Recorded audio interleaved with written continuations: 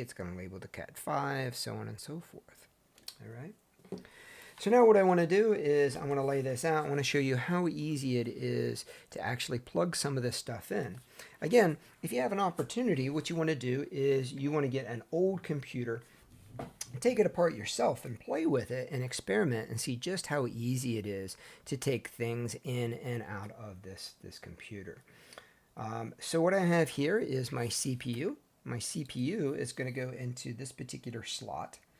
And I might get this wrong because I can't quite see down in there. However, there's a little notch right here. See that little silver notch right there? That's an indicator of where that corner is supposed to go in this particular slot. So I'm going to look real close at the pattern underneath. This is called the landing zone, okay? And if you notice, there's a triangle here and there's a triangle here, and that's going to match up with the triangle here and the triangle here.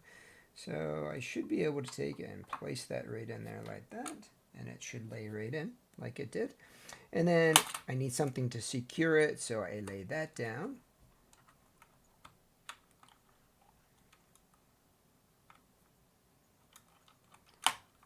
I put that down and I tie that up underneath, and now my CPU is secured in there. Now again, I was talking about how there's a lot of heat that's generated off of these CPUs. So I'm not going to leave this on, but I would typically take my heat sink with my fan and I would secure it down here. And then there's little headers on here where I could plug in my CPU fan. All right, but I'm not going to do that right now because I really want you to see the rest of this. All right. So the next thing that I might hook up here is my RAM. So with my RAM, again, random access memory, and this is where short-term instructions are stored. So notice this notch, and notice down here, there's a little notch. So all I need to do is line this notch up with that notch, and then slide it in. I want to put it in the back one so I can see a little better. I want to slide it in, and I want to press down on both ends firmly, and boom, it's fixed. And by the way, I just saved you $100. If you ever want to upgrade your memory instead of paying Staples to do this, it's truly that easy to install this RAM. Take the notch, line the notch up, slide it in, press down, boom, done. It's just that easy. All right. Where's my easy button, right? So the other component that I would like to put in here is my graphics processing unit. And my GPU is right here. And I'm not going to leave this in because it's going to be really big. However, it's pretty easy. I'm going to, again, line it up. Notice there is a notch here.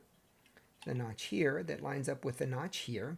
And then there's a catch back here that catches on this little outreach right there. So I put this down in like so, and it'll press right down in. Now if I want to get that out, I'm going to press on this and I'm going to pull out carefully, and I can remove it so I can replace these different components. The next thing I'm going to do is the hard drive. So here is the hard drive. And I kind of switched out hard drives on us here so they line up. So this is the back of the hard drive. And if you notice, there's a little notch here. And it's kind of tough to see, but there's a little notch there. And we're going to take this and it'll plug in only one way on that hard drive. And it plugs in and we hear it snap in. And then the other end of this would come over to our motherboard. And again, we line up the notches. It's a lot clearer to see here. So we would line up the notches and we would plug it in. And now we would have our hard drive running. Now let's say that maybe we wanted a DVD drive or a Blu-ray drive. Well, we could hook them into here as well. All right. So kind of reviewing a little bit of this, just again to give you one last overview. Let me see how much I can fit in here. The CPU is the central processing unit. That's the brains. That's what's doing all your calculations when you do a spreadsheet, a formula on a spreadsheet, or you do a pivot table on a spreadsheet. That's the CPU that is doing that. The RAM is short-term memory. So when we load in a program, it comes from the hard drive and it goes to the RAM and it runs out of the RAM with the CPU still kind of controlling all of this stuff. All right. Then we have the GPU that's going to plug in right here. So there's my GPU again. That's the graphics processing unit. That's what does all of the fancy graphics that you see on any device. Anytime you see something 3D or a really nice looking 2D, and even some of the web pages out there, they're rendered through a GPU. And remember, they come in all shapes and sizes, and it just depends on what you're wanting to do. For example, this particular setup that we have in front of us would be really good at doing gaming, and it would also be good at Word and Excel, but it would not be very good at doing weather forecasting. That takes hundreds and sometimes thousands of CPUs and GPUs, the graphics processing units, combined to give you the forecast. So what's kind of going to come up. So the last thing that I'll point out on here, and then I'll let you go, is sometimes people wonder what that is. That's actually a button battery. So whenever you are using, your time and your computer's been shut down for a while, that's what keeps your time on the computer. I don't know if you ever thought about that, but it still has to have a battery. So that's basically a watch battery in there.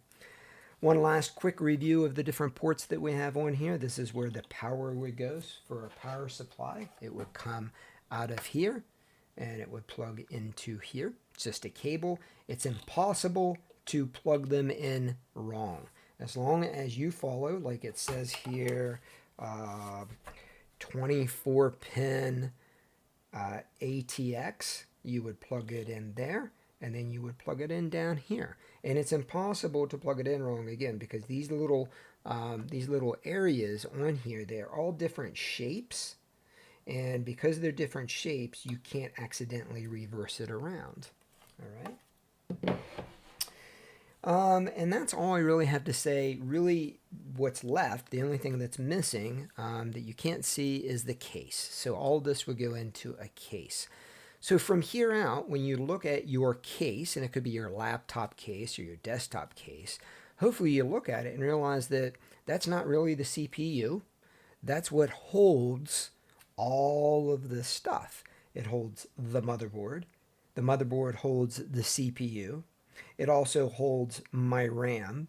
It also enables me to connect hard drives and optical drives, and this other fancy thing called a solid state drive. So think of it as like a flash drive. So it could be a flash drive that could plug in here as well, along with my GPU, right? My graphics processing unit. So I hope this helps you out. I got a quick quiz for you to be able to identify where the different components plug into the motherboard. So hopefully you'll like that, and we'll go from there. Thank you for watching.